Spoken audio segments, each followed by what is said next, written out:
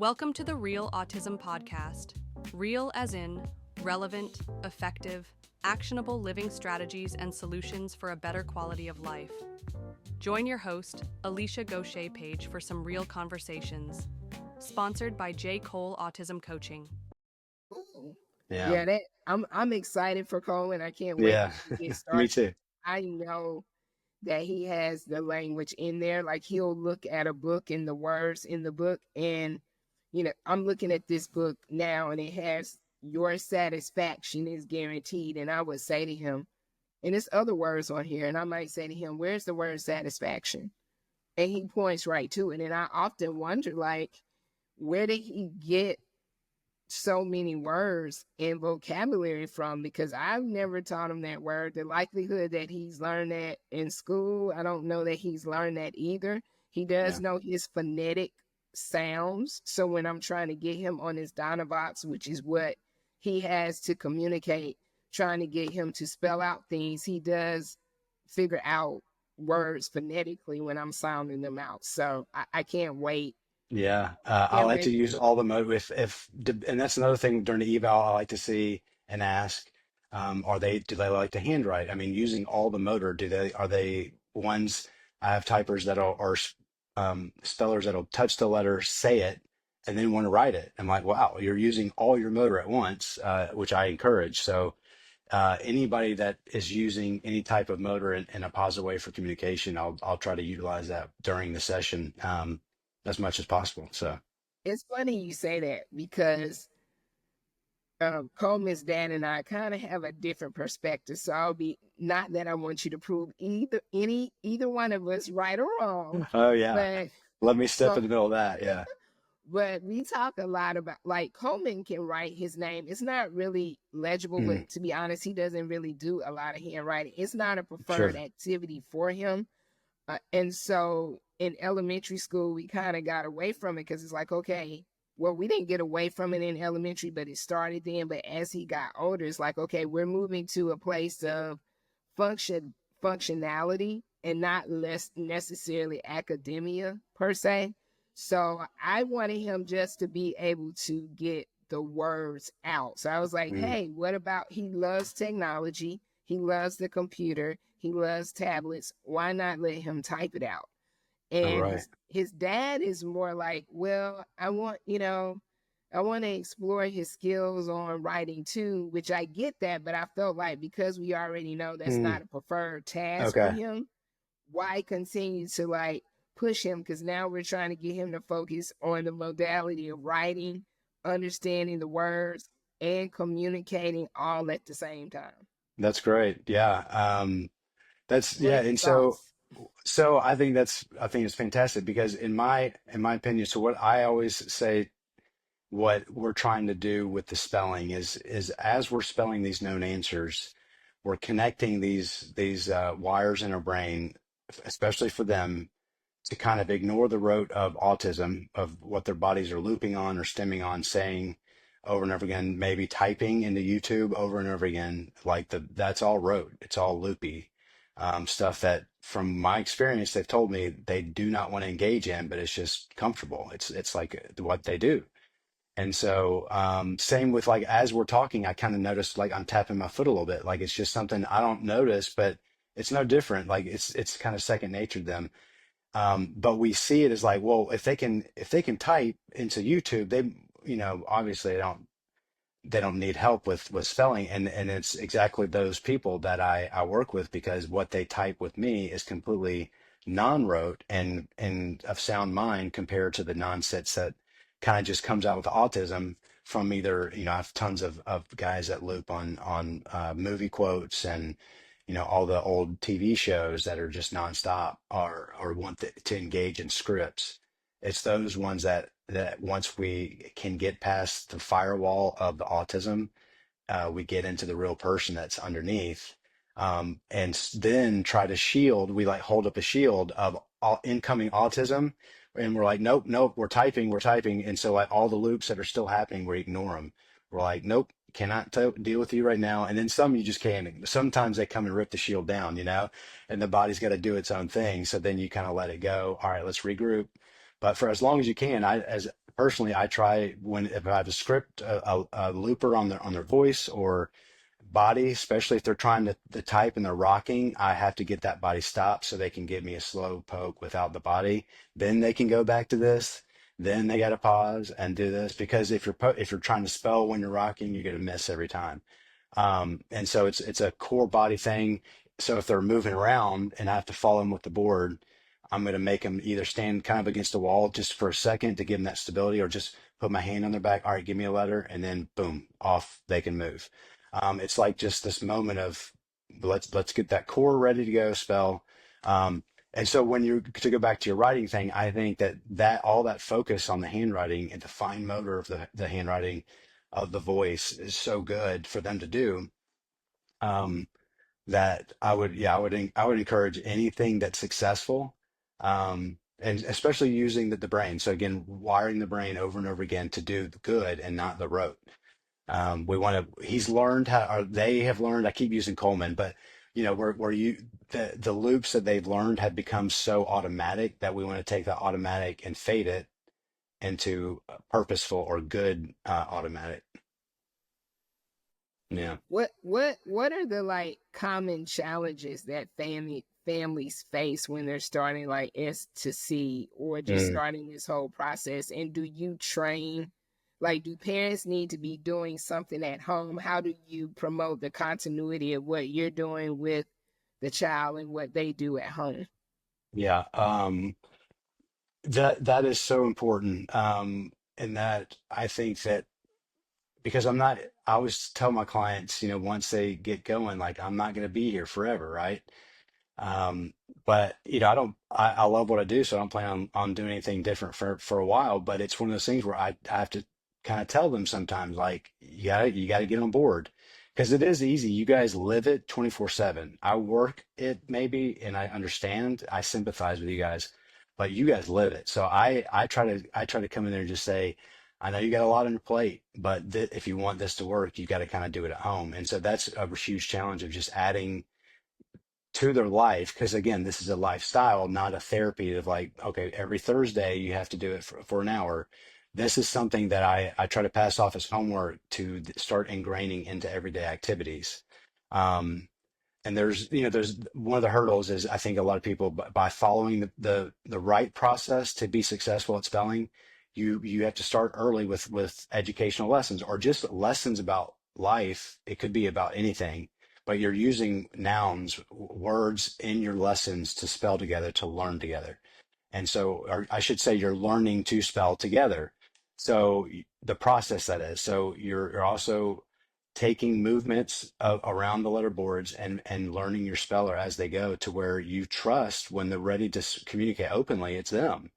And that's only through practice over and over again and through kind of noticing these patterns that they give you in spelling. Um, that creates this. It's a universal thing that you see, but it's nuanced with everyone.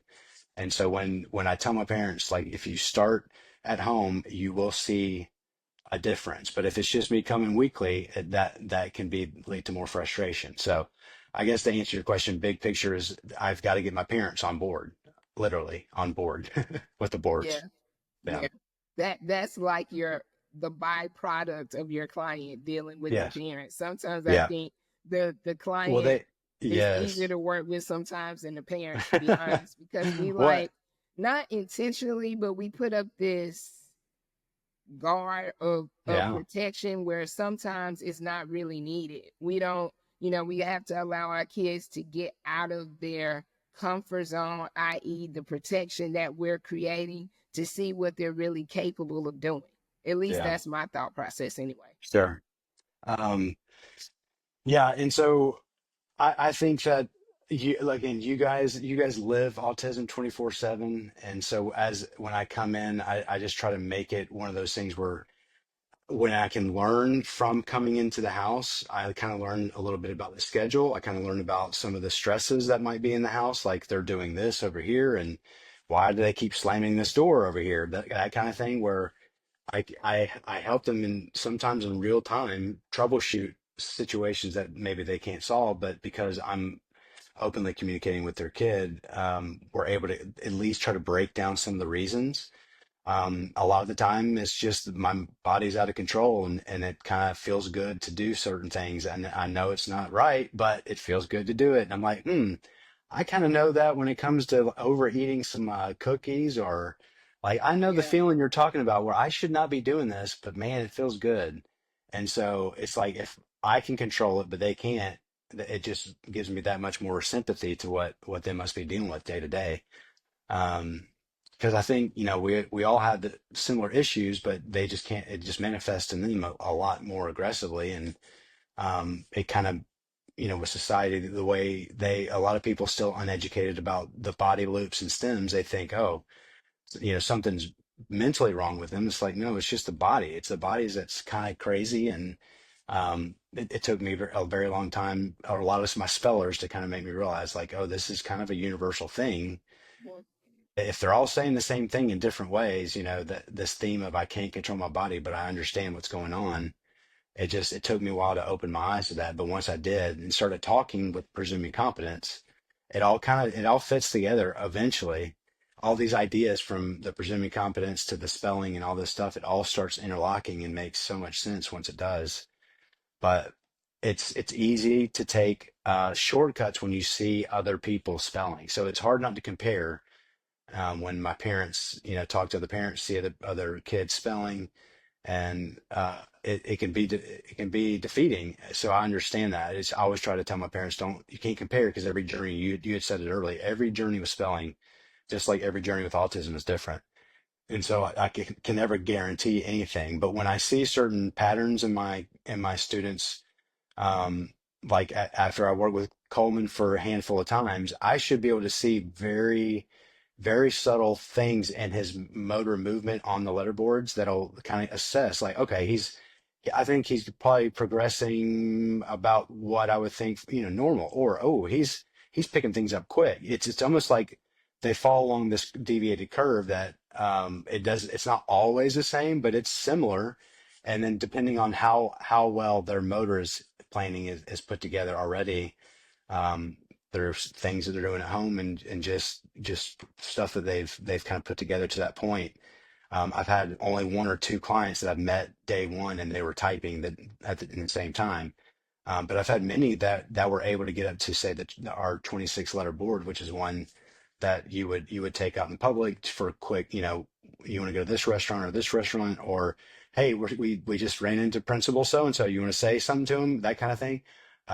That's kind of like when people start openly communicating on the 26 letter board. That's kind of like what you'll see out most people carrying around. And then again, my bread and butter is the keyboard, wireless keyboard held up at kind of eyes length, and then them looking at the iPad while they're typing. A lot of my older ones, especially that are experienced, are writing paragraphs and giving feedback on doctor's appointments, or vacation pictures with our slideshows, and then they get to give their feedback of like a vacation. That's fun, because they get the family and everybody, we all just get to see, like, kind of what they were thinking during that time when they might not have been able to communicate it, obviously, in real time. So Yeah, that's great. I'm looking forward to that. I'm looking forward to seeing yeah. that progress.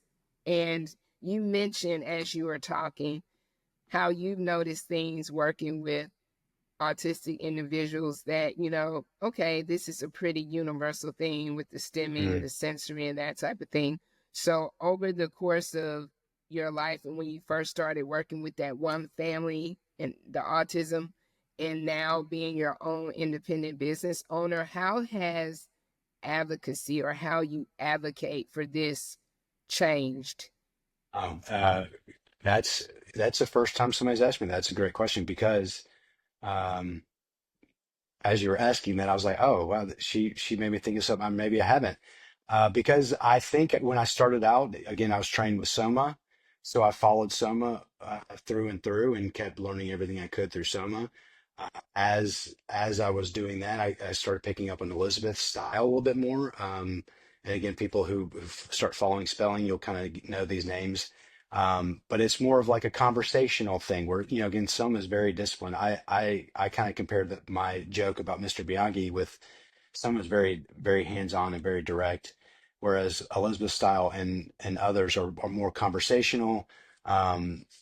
Flowing we're working on flow. How much can we communicate once we get to that point, and stay regulated to again go to college, things like that. And I did want to. I was thinking about it earlier. I want to make sure that I go back and say that both Elizabeth or S2C and the speller's method, they really harp on the parents getting involved with the spelling too, which is one thing I forgot to mention because it is important, um, that if you're going to get certified or if you're going to do these classes, it is important to be doing it every day, and for the parents to get in, not just have someone like me come in. It's can't be hammered home enough that it's got to be done at home like homework would be done with anything else. So, um, yeah. And how would, so if somebody was Oh, listening to this yeah, podcast and they're saying, man, I'm not in Atlanta or Alpharetta, but I want yeah. to find somebody like Austin where I am. Can they go like to these different websites where it's offered and find practitioners that actually do this? Yes. Go to their websites. I don't know their websites by heart, so I don't want to give those out. But just to look up spelling to communicate, rapid prompted method, or the speller's method, and those would pop up right away. I realized that on your last question, I wanted to go back because you had asked about advocacy, and I was getting at is I kind of followed this linear pathway of following some of following Elizabeth, and then now that I'm at this point in my life where I've learned from so many people, I am just trying to grab everything from everywhere and saying, hey, if you need this, let me know. I'll help. Um, so like I kind of am a free agent when it comes to advocacy. So if you're doing something good, I'm gonna let people know about it. And if people need to know about spelling, I got plenty of people to let them know about spelling. But me myself, I don't have anything that they can come to me about a technique, except I can train them on the job.